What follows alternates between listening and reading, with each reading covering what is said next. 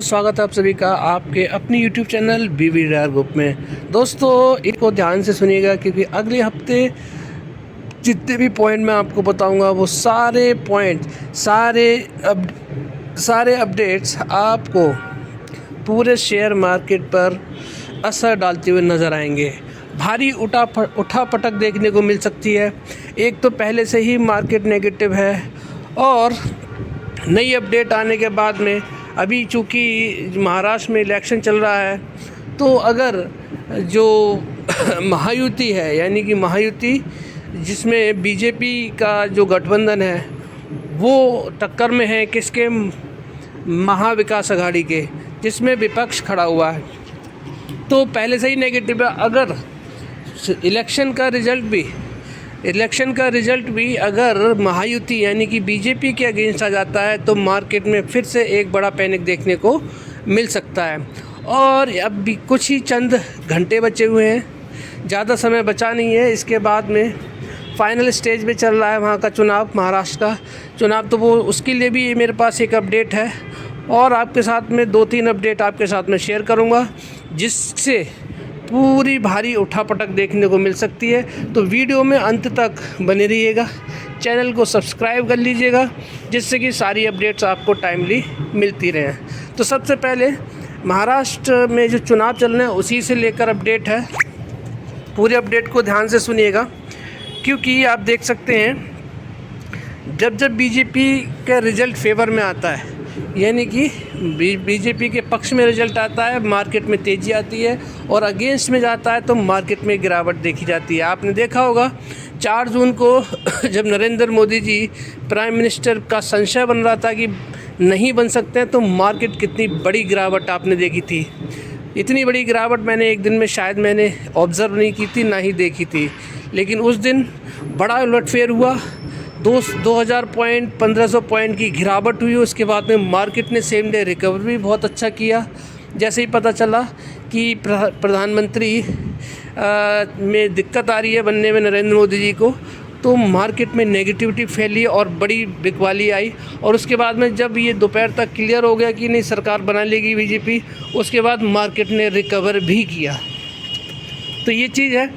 तो इसी से अब क्योंकि अब महाराष्ट्र में सरकार है बनने वाली है जिसकी भी बनेगी और वहाँ पर बड़ा स्टेट है इसीलिए बहुत मायने रखता है। तो फलौदी सट्टा बाज़ार क्या कह रहा है इसके बारे में आपको डिस्कस कर लेते हैं। फलौदी सट्टा बाज़ार के हिसाब से क्या बताता है, किसकी तरफ सरकार बन सकती है और उसी के हिसाब से पोजीशंस बनती हुई नज़र आएंगी शेयर मार्केट में। वेडनेसडे को जिस दिन वोटों की गिनती होगी उस दिन मार्केट बंद रहेगा और इसीलिए क्या है मंडे ट्यूसडे में ही पोजीशंस बनानी पड़ेगी। तो उसके लिए क्या है अपडेट रहना ज़रूरी है। तो फलौदी सट्टा बाज़ार क्या कह रहा है, forecast Phalodi satta bazaar forecast Maharashtra assembly election 2024 will Mahayuti edge out. तो यहाँ देख सकते हैं कि the election campaign in Maharashtra has entered its final stage with all political parties making a last push to win over voters. यानी कि जीत पाने के लिए अपना आखिरी प्रयास कर रही हैं जो लीडर्स हैं महायुति और महाविकास अघाड़ी, जो अलायंस है, गठबंधन है, are fiercely targeting each other at the state as the state gears up for voting on November 20 नवंबर को जो वोटिंग होनी है, 20 नवंबर को जो वोटिंग है उसके लिए एक दूसरे पर जो आग बबूला हो रहे हैं और एक दूसरे पर बयानबाजी तगड़ी चल रही है। आपने देखा ही होगा, टीवी में न्यूज़ में आपने देख लिया होगा। तो उसमें क्या है 20 तारीख की फाइनल स्टेज में है तो 20 तारीख को चुनाव है, जो वोटिंग है और उसको लेकर अब क्या है मामला बहुत ही गर्म आ चुका है। तो रिज़ल्ट जो होगा उसका इलेक्शन का कब अनाउंस होगा, 23 नवंबर को, लेकिन उस दिन क्या होगा मार्केट बंद रहेगी। Meanwhile Zee has shared the Phalodi satta bazaar prediction for this election. तो जी ने क्या किया है फलौदी सट्टा बाज़ार का इस इलेक्शन के लिए प्रेडिक्शन शेयर किया है। तो आप देख सकते हैं कि महाराष्ट्र में के 2 मेन अलाइंसेस हैं जो एक दूसरे के साथ टक्कर में है। महायुति है एक तो, और ये अलायंस क्या है जिसमें बीजेपी शिवसेना है जिसमें एकनाथ शिंदे के लीडरशिप में है शिवसेना, उस वो है, और एनसीपी है एक, जिसमें क्या है अजीत पवार जी की पार्टी है। तो ये हो गई एक पार्टी महायुति। वहीं पे महाविकास अघाड़ी में कौन कौन है आप देख सकते हैं। This coalition consist of the Congress है जिसमें महाविकास अघाड़ी में, एनसीपी है जिसमें शरद पवार जी हैं, और शिवसेना उद्धव ठाकरे की पार्टी जो है, ये इसमें क्या है मेन जो है क्या है पार्टियां जो महाविकास अघाड़ी में क्या है जो लड़ रही हैं विपक्ष में। अब आगे क्या है, बैटल फॉर महाराष्ट्र। यहाँ देख सकते हैं कि the Mahayuti alliance currently in power under chief minister Eknath Shinde is facing a challenge of overcoming anti incumbency sentiment. यानी कि चैलेंज है इनके पास में, जो एकनाथ शिंदे हैं, शिवसेना जो महायुति की जो शिवसेना है, यानी जो एकनाथ शिंदे के लीडरशिप में है, तो उसमें क्या है, उसमें चैलेंज है एंटी इनकम्बेंसी के सेंटिमेंट्स को कैसे ओवर किया जाए, retaining voter support and staying in power, यानी कि दोबारा से सत्ता में बने रहने के लिए बड़ा चैलेंज है। और ये एक आसान टास्क नहीं रहेगा महायुति के लिए। वहीं पे जो on the other hand Mahavikas Aghadi is determined to आउट्स the current government, but the contest is expected to be tough for them as well. यानी कि महाविकास अघाड़ी है पूरी कॉन्फिडेंट लग रही है कि बीजेपी की सत्ता को उखाड़ फेंकेगी, लेकिन दोनों के लिए टफ़ है, टफ़ कंपटीशन चल रहा है, हल्का किसी के लिए भी नहीं है। यानी कि बहुत ही कांटे की टक्कर चल रही है। तो अब क्या क्या यहाँ पर सीटों का जो वो है आंकड़ा है वो ये है। महाराष्ट्र में क्या है, टोटल 288 असेंबली सीट्स हैं। सरकार बनाने के लिए किसी भी अलायंस को कितनी सीट होनी चाहिए, 145 सीट होनी चाहिए। अभी क्या है, BJP, Shiv Sena, NCP, Ajit Pawar alliance क्या है पावर में है, एकनाथ शिंदे जिसको लीड कर रहे हैं। However no single party is expected to achieve a clear majority on its own in this election. यानी कि अभी कौन है, एकनाथ शिंदे हैं, अभी चीफ मिनिस्टर हैं, और जो उम्मीद जताई जा रही है किसी को भी क्लियर विन यहाँ पर शायद बनता हुआ दिखाई नहीं दे रहा। अब फलौदी सट्टा बाज़ार क्या बोल रहा है, तो फलौदी सट्टा बाज़ार की प्रेडिक्शन क्या कहती है। फलौदी सट्टा बाज़ार के हिसाब से बीजेपी जो लेड महायुति अलायंस है उसको क्या है, उसको सीटें मिलने का अनुमान है 144 से लेके 152, और 145 सीट चाहिए सरकार बनाने के लिए। यानी कि जो उनका जो आंकड़ा कह रहा है, जो प्रेडिक्शन कह रहा है, वो कह रहा है कि बीजेपी को कितना 144 से 152 सीटें मिल सकती हैं 288 में। इससे क्या पता चलता है कि narrow lead indicating that Mahayuti might just make a come back in the state. इससे पता चल रहा है कि सरकार में वापसी आ सकती है कौन, महायुति यानी BJP. However Mahavikas Aghadi alliance is also expected to put up a strong fight, making it a closely contested election। यानी कि जो महाविकास अघाड़ी है वो क्या कर रही है, वो भी एक तगड़ी फाइट दे रही है बीजेपी को, और इसमें क्या कर रही है, बहुत ही ज़्यादा क्लोज कंपटीशन चलता हुआ नज़र आ रहा है। तो वहीं पे देखेंगे क्या फाइनल आउटकम कब आएगा। अभी तो ये क्या है, प्रेडिक्शन है, आउटकम कब आएगा वो 23 नवंबर को ही आएगा। एक्चुअल फाइनली तो यही रहेगा 23 नवंबर को। अभी तो सिर्फ प्रेडिक्शन है, देखते हैं। पिछले जो 2 चुनाव हुए हैं, फाइनल आउटकम तो 23 तारीख को ही आएगा, और ये सिर्फ अभी प्रेडिक्शन है। तो लेकिन इस पर पोजीशन ज़रूर बनाएंगे इन्वेस्टर्स, अपनी पोजीशन बनाकर जाएंगे इसको लेकर। तो एग्ज़िट पोल 20 तारीख की शाम से मेरे ख्याल से आ जाने चाहिए, 20 तारीख की शाम से 21 से। तो उसी के हिसाब से क्या होगा, 24 घंटे का ही टाइम है हम लोगों के पास में, उसी के हिसाब से पोजीशन बनाई जाएंगी जो एग्ज़िट पोल कहेंगे उसके हिसाब से। हालांकि एग्ज़िट पोल जो है पिछले 2 बार से काफ़ी गड़बड़ी में देखने को मिले हैं। अब एक तो बड़ी अपडेट हो गई है क्या, महाराष्ट्र इलेक्शन से जुड़ी हुई। अगर बीजेपी सरकार बनाती है तो एक तेज़ी वापस आ सकती है, में जो नेगेटिविटी फैली हुई है उससे क्या है, मार्केट कम बैक कर सकती है। एक न्यूज़ ये हो गई। वहीं पे अगर नेगेटिव न्यूज़ आ जाती है बीजेपी के लिए, सरकार बनाने में दिक्कत आती है, तो फिर इससे भी क्या होगा, मार्केट में और प्रेशर आता हुआ भी दिख सकता है। तो दोनों चीज़ें हैं, दोनों चीज़ों पे नज़र बना के रखिएगा, एग्ज़िट पोल क्या कह रहे हैं और फाइनली 23 तारीख को क्या निकल के आ रहा है। इस सब के हिसाब से पोजीशंस हल्की रखिएगा अगर बनाना भी चाहते हैं। दो तरफा पोजीशन बना के रखिए मेरे ख्याल से, तो मतलब हैज करके चलेंगे तो नुकसान से बच जाएंगे। अब दूसरी बड़ी न्यूज़ है जो मैंने आपको सैटरडे को भी शेयर की थी, फॉरेक्स रिज़र्व्स की। फॉरेक्स रिज़र्व में लगातार छठे हफ्ते बड़ी गिरावट देखने को मिली है। जिस तेज़ी से हमारे फॉरेक्स रिज़र्व बढ़े थे उससे कहीं ज़्यादा तेज़ी से फॉरेक्स रिज़र्व घटते हुए नज़र आ रहे हैं। तो आप देख सकते हैं ये बड़ी न्यूज़ है, इसकी वजह से भी मार्केट पे पूरा पैनिक होता है, क्योंकि जिस देश के फॉरेक्स रिज़र्व बढ़ते हैं उस देश में FII वगैरह ख़रीदारी करते हैं, और वहीं पे अगर फॉरेक्स रिज़र्व घट रहे हैं तो FII बिकवाली करते हैं। FII बिकवाली ऑलरेडी कर रहे हैं, और फॉरेक्स रिज़र्व बढ़ते हैं तो FII ख़रीदारी करते हैं और मार्केट पॉजिटिव होना शुरू कर देता है। तो अभी फॉरेक्स की वजह से 6 हफ्ते से आपने देखा लगातार फॉरेक्स रिज़र्व घट रहे हैं और लगातार मार्केट हमारा नीचे जाता हुआ दिखाई दे रहा है। पिछली वीडियो में मैंने आपको लेवल दिया था 23,200 का, तो कोई बड़ी बात नहीं है कि 23,200 बहुत जल्दी या तो कल ही छू ले इसको, या फिर अगले ट्रेडिंग सेशन में छूता हुआ नज़र आए। तो फॉरेक्स रिज़र्व में बड़ा घाटा हुआ है, आप देख सकते हैं 6.477 अरब डॉलर का घाटा हुआ है। और यहाँ पे देख सकते हैं आप, भारतीय रिजर्व बैंक ने शुक्रवार को कहा कि 8 नवंबर को समाप्त सप्ताह में भारत का विदेशी मुद्रा भंडार 6.477 बिलियन डॉलर घटकर कहाँ गया, 675.653 बिलियन डॉलर रह गया है। बड़ी गिरावट है दोस्तों, नेगेटिव न्यूज़ है निफ्टी के लिए, बैंक निफ्टी के लिए, दोनों के लिए।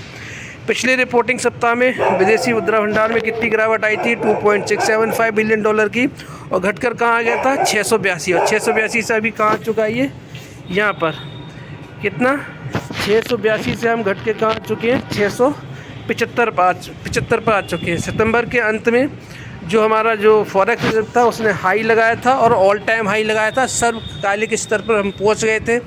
चौथा, पूरे विश्व में हम चौथे ऐसे देश बन गए थे जिनका फॉरेक्स रिजर्व 700 बिलियन डॉलर के ऊपर पहुंच गया था। तो बड़ी उपलब्धि थी, लेकिन तब से लगातार गिरावट देखने को मिल रही है। तो आप देख सकते हैं कि जो ऑल टाइम हाई लगाया हमने 704 बिलियन डॉलर का, उससे हम 29.2 बिलियन डॉलर हम कम हो चुके हैं रिकॉर्ड हाई से। तो वहीं पे आप देखेंगे FC अकाउंट, विदेशी मुद्रा परिसंपत्तियों में परिवर्तन, विदेशी मुद्रा बाजार में केंद्रीय बैंक के हस्तक्षेप के साथ साथ भंडार में रखी गई विदेशी परिसंपत्तियों के मूल्य में वृद्धि या मूल्यह्रास के कारण होता है। यानी कि जो FC अकाउंट होता है वो नॉन US करेंसीज होती हैं, यूरो, पौंड, येन, इन करेंसी होती है। इन करेंसीज़ में घट बढ़ के प्रभाव से क्या होता है, FC अकाउंट जो कि मेजर कंपोनेंट है किसका, फॉरेक्स रिजर्व का, उसके प्रभाव को शामिल किया जाता है। तो डॉलर के संदर्भ में व्यक्त की गई विदेशी मुद्रा परिसंपत्तियों में विदेशी मुद्रा भंडार में रखी गई यूरो, पौंड और येन जैसी गैर अमेरिकी इकाइयों, जो मैंने बताया है कि मूल्य में वृद्धि या मूल्यह्रास का प्रभाव शामिल होता है, यानी कि वृद्धि या गिरावट शामिल होता है। तो इसमें आप देख सकते हैं कि सितंबर में 20 सितंबर तक विदेशी मुद्रा भंडार 2.838 बिलियन डॉलर बढ़कर 692 बिलियन डॉलर के नए उच्चतम स्तर पर पहुंच गया। RBI ने यह भी कहा है कि 8 नवंबर को समाप्त सप्ताह के दौरान स्वर्ण भंडार 1.936 बिलियन डॉलर घटकर 67.814 बिलियन डॉलर रह गया है।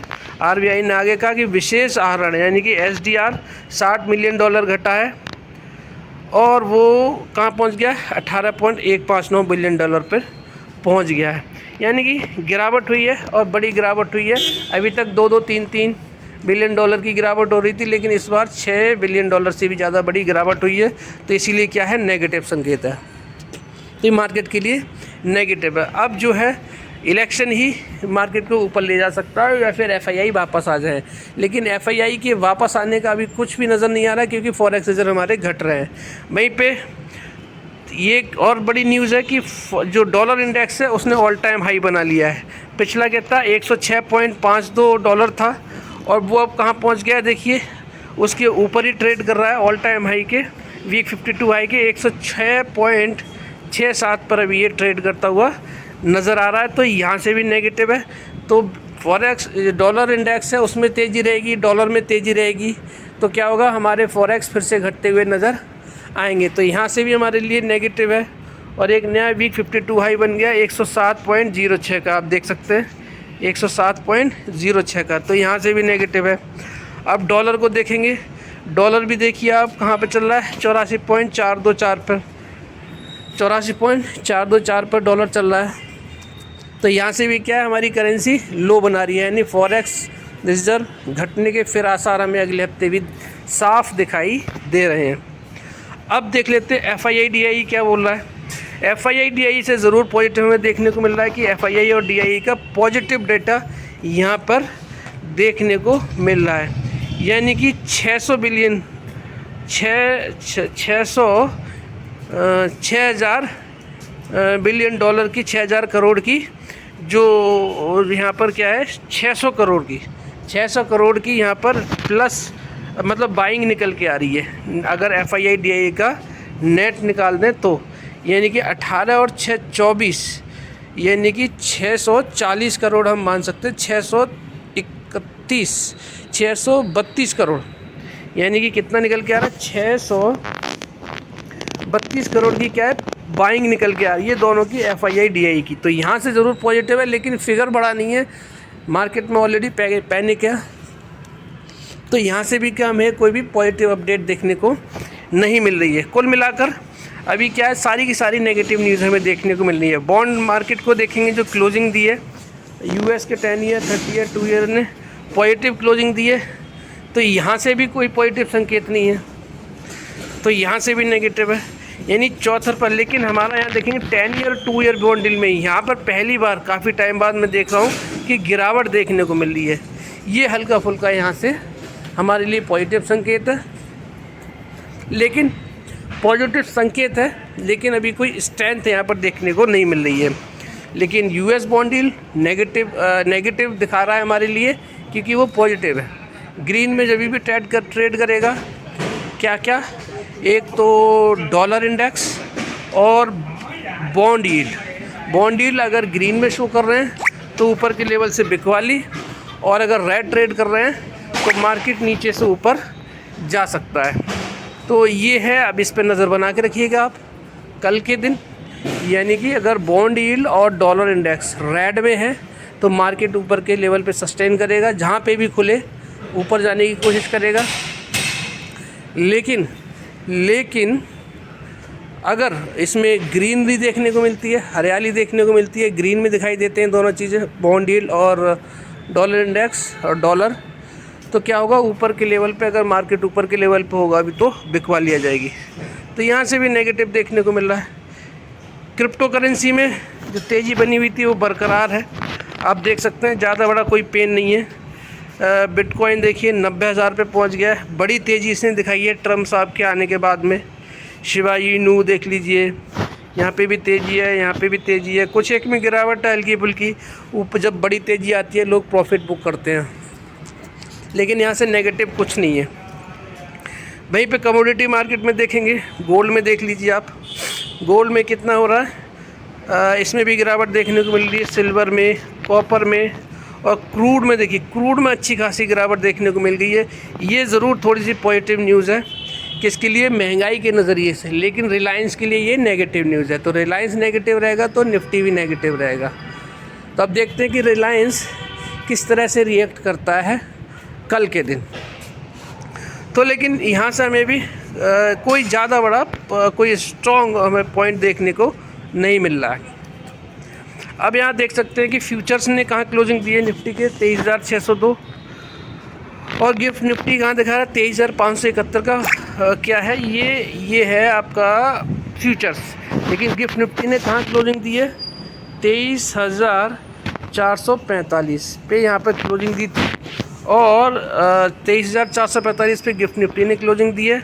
और वहीं पे निफ्टी ने कहाँ क्लोजिंग दी है, 23,532। तो लगभग करीब 150 पॉइंट का यहाँ पर गैप देखने को यहाँ पर मिल रहा है। 23,600 देख लीजिए फ्यूचर्स हैं, और 532 ये है, और गिफ्ट निफ्टी 445 है। तो यहाँ से क्या है, एक गैप डाउन हमें कल के दिन साफ साफ दिखाई दे रहा है। कल के दिन मार्केट गैप डाउन होगा और शुरू के कुछ 10-15 मिनट में मार्केट क्या कर सकता है, शॉर्ट कवरिंग कर सकता है, तेज़ी आ सकती है। यानी कि 9:15 बजे से लेके 9:25 या फिर 9:35 तक क्या कर सकते, मार्केट में तेज़ी आ सकती है। और उसके बाद में देखना पड़ेगा कि आपको बॉन्ड यील्ड कहाँ लाई कर रहा है, ग्रीन में कर रहा है, और डॉलर इंडेक्स कहाँ पर ट्रेड कर रहा है, ग्रीन में ट्रेड कर रहा है, तो फिर मार्केट टिक नहीं पाएगा ऊपर के लेवल पर। और अगर ये रेड में है दोनों चीज़ें, डॉलर इंडेक्स, डॉलर और जो बॉन्ड यील्ड है, वो अगर रेड में ट्रेड कर रहा है तो मार्केट ऊपर जाने की कोशिश भी कर सकता है। तो ये मैंने आपको साफ साफ बता दिया है निफ्टी का। और जो महाराष्ट्र के इलेक्शन की वजह से पोजीशंस क्रिएट होनी शुरू होंगी कल के दिन से, तो उस सब चीज़ों पे ध्यान रखिएगा। और आज 18, 19, कल आज 17, कल हो जाएगी 18, 19, 2 दिन मार्केट क्लोज़ रहेगा। और जो इलेक्शन, जो इसके जो एग्ज़िट पोल्स होंगे उन पर नज़र बना के रखिएगा। और मार्केट कब कब क्लोज़ है इस पर भी ध्यान रखिएगा, उसी के हिसाब से पोजीशन बनाइएगा। मार्केट में पॉजिटिव खबरें अभी सिर्फ वही है कि अगर बीजेपी की सरकार बनती है तो मार्केट रिबाउंड कर सकता है। 23,200 का लेवल ध्यान रखिएगा। 23,200 का लेवल मुझे दिखाई दे रहा है आगे आने वाले टाइम में। तो ये था निफ्टी का एनालिसिस। तो डॉलर इंडेक्स और बॉन्ड मार्केट पे आप नज़र बना के रखिएगा। अब 5 शेयर्स के बारे में आपके साथ डिस्कस कर लेता हूँ। मिधानी में अच्छी खासी तेज़ी देखने को मिली, 306 पे क्लोज़ होने के बाद में 341 तक गया, बड़ी तेज़ी देखने को मिली। और अगर ये आपको 305 के दिन, अगर मान लीजिए कल के दिन गिरावट आती है और ये 305 पे फिर पहुंच जाता है, तो फिर ये आगे आपको दोबारा से मौका मिलेगा ख़रीदारी करने का। हालांकि मार्केट नेगेटिव था लेकिन ये स्टॉक पॉजिटिव था। स्टॉक में कोई कमी नहीं है, बेहतरीन स्टॉक है। 305 के लेवल पे जाए, ख़रीदारी कर लीजिए 40-60 वाले फार्मूले से। और इसका चार्ट देख लीजिए, मैंने आपको पहले ही बताया था, ये चार्ट है 305 का लेवल की लाइन मैंने ऑलरेडी ड्रॉ करी है। यहीं से देखिए आप चार्ट में तेज़ी आई है। तो 304 पर जब भी जाए 304-5 पे ख़रीदारी करके बैठ जाइए, बड़ी तेज़ी आपको देखने को मिल सकती है, जैसा कि आपने लास्ट ट्रेडिंग सेशन में देखने को मिली। अब टाटा पावर जितना आपको नीचे मिल रहा है, ये सिर्फ मौका है दोस्तों, मौके को जाने मत दीजिएगा। बार बार मौका दिया है इस स्टॉक ने, तो ये आखिरी मौका हो सकता है, क्योंकि गिरावट ऑलरेडी बहुत बड़ी हो चुकी है। यानी कि 494 का आप देख लीजिए क्या है, लाइफ टाइम हाई है। और 494 से कहाँ आ गया है, 404 पे आ गया है। और लो कितना लगाया है, 400 का लो भी लगाया है, और 396 तक गया था। तो 370-80 पे कभी भी दिखाई दे, अगर गलती से पहुंच जाए तो आंख बंद करके ख़रीदिएगा। ऐसा मौका कभी दोबारा नहीं मिलेगा, ध्यान रखिएगा। आप देख लीजिए अभी इसके नीचे ट्रेड कर रहा है 415। ये देखिए 415 के ऊपर सस्टेन करेगा तो फिर एक आपको 445, 450, 460 तक के आपको ये इस गैप में क्या होगा, आपको स्विंग ट्रेड करने का मौका मिल जाएगा। तो ये जो है ज़्यादा में ज़्यादा कहाँ जा सकता है, 370 तक जा सकता है। ये इसके लेवल हैं, 370 तक जाएगा तो आप पोजीशन बना के बैठ जाइए दोस्तों, मौके दोबारा नहीं मिलेगा। स्टॉक में कोई कमी नहीं है, बेहतरीन स्टॉक है। अब बात करते हैं अगले स्टॉक IRFC की। IRFC शानदार लेवल पर भी टिका हुआ है। 140, 150 वो लेवल है जहाँ से इसमें ब्रेकआउट होता है। 140 और 150 के लेवल पे आपको चार्ट दिखा देता हूँ। यहीं से इस स्टॉक में बड़ी तेज़ी आई थी। ये देखिए ये वाला जो लेवल है, ये यहीं से इसमें तेज़ी आई और 229 तक इसने हाई बनाया। अभी क्या है, फिर से वहीं पे आ चुका है। और अगर ये इसमें मौका मिल जाता है, ये वाला ये 116 पे गया था एक दिन के लिए जब बड़ी गिरावट आई थी। तो अगर अब जो 140 से नीचे आपको जहाँ पे भी मिल रहा है, ये आपके लिए बोनस पॉइंट है। यानी कि ये सिर्फ क्या है, जितना सस्ता मिल जाए उतना आपके लिए बोनस पॉइंट है, पॉजिटिव है। तो इसीलिए जहाँ पे भी अब मिले 140 के नीचे, वहाँ उस 140 के नीचे ज़्यादा दिन रुक नहीं पाएगा। इसीलिए क्या है, वापसी करेगा, ख़रीदारी आ जाती है इसमें 140 के नीचे से। 140 और 150 के लेवल पे ही ख़रीदारी आ जाती है। तो वो क्या होगा, सोने पे सुहागा हो जाएगा अगर आपको 140 के नीचे जितना भी जाता है ये। बात करते हैं आरबीएल बैंक की। आरबीएल बैंक रिजल्ट सब आ चुका है, सिर्फ मार्केट नेगेटिव है। सारे स्टॉक की इसी वजह से नेगेटिव है क्योंकि ओवरऑल मार्केट नेगेटिव है, बिकवाली है एफआईआई की। तो आरबीआई भी 154 पे है और फर्दर गिरावट आती है तो वीक 52 लो कितना बनाया है, 151 का है। और अगर 151 से भी नीचे जाता है तो फिर मैं आपको बता देता हूँ कहाँ 144 पे ख़रीदारी का सुनहरा मौका रहेगा, ये वाला। यहीं से इस स्टॉक ने बाउंस बैक किया था और एक बड़ी तेज़ी आप देख सकते हैं यहीं से इस स्टॉक ने पकड़ी थी। तो 144 145 से मिले 40-60 वाले फार्मूले से ख़रीदारी करके बैठ जाइए, लंबे नज़रिए से आपको बड़े रिटर्न इस स्टॉक में भी देखने को मिलेंगे। अब बात करते हैं पांचवें और आखिरी स्टॉक की, स्पेशलिटी रेस्टोरेंट की। स्पेशलिटी रेस्टोरेंट अभी 164 पे है दोस्तों। कहाँ पर है, 164 पे है। तो 164 पे है लेकिन इसका रिज़ल्ट उतना अच्छा नहीं आया है, तो इसमें फिर से बिकवाली आने के पूरे संकेत मुझे दिखाई दे रहे हैं। अगर बिकवाली आ जाती है तो आप ख़रीदारी करके जा सकते हैं, थोड़ा सा वेट करना पड़ेगा, इसे सेटल हो जाने दीजिए। हालांकि ये देखिए इस लेवल पे काफ़ी कंसोलिडेट कर चुका है, काफ़ी गिरावट हो चुकी है। अब देखते हैं कि फ़र्दर गिरावट कितनी आती है। अब मैंने एक चार्ट और इसका बनाया था, ये वाला देखिए। अगर फर्दर गिरावट आती है तो इसका लेवल खुल जाएगा 105 का, 107 का, ये वाला। अगर ये कहाँ चला जाता है, ये चला जाता है आपका 152 से नीचे जाता है, तो 152 से नीचे जाता है तो कहाँ पर मिलेगा ये, आप फिर ये वाले लेवल्स हैं इसके लिए, यानी कि 110, 108, 107 के लेवल हैं। यहाँ पे भी आपको जाता हुआ दिखाई दे सकता है, लेकिन ये कल के बाद ही डिसाइड करिएगा। अभी इस स्टॉक में जल्दबाजी मत कीजिएगा क्योंकि रिज़ल्ट ख़राब आया है। तो रिज़ल्ट का असर एक बार देख लीजिए। स्टॉक में वैसे कोई कमी नहीं है, सिर्फ रिज़ल्ट ख़राब होने की वजह से नेगेटिव हो सकता है, अदरवाइज़ कोई कमी नहीं है। तो ये थे 5 स्टॉक। इन स्टॉक्स में आप नज़र बना के रखिए और अपनी पोजीशंस को उसी हिसाब से करिए, आप पोजीशन बनाइए और लंबे नज़रिए से बनाइए। 40-60 वाले फार्मूले से ख़रीदारी करिएगा। 100 रुपये में से 40 रुपये इन्वेस्टमेंट करिए और 60 रुपये बचा के रखिए। कोई अगर फिर भी गिरावट हो जाती है तो उसके लिए तो वो 60% एवरेज करने के लिए आपको काम आएगा। तो ये था मेरा आज का एनालिसिस। वीडियो अच्छी लगी है तो लाइक से सब्सक्राइब करना मत भूलिएगा। आप सभी का दिन शुभ रहे। जय श्री राम, जय श्री श्याम, राधे राधे।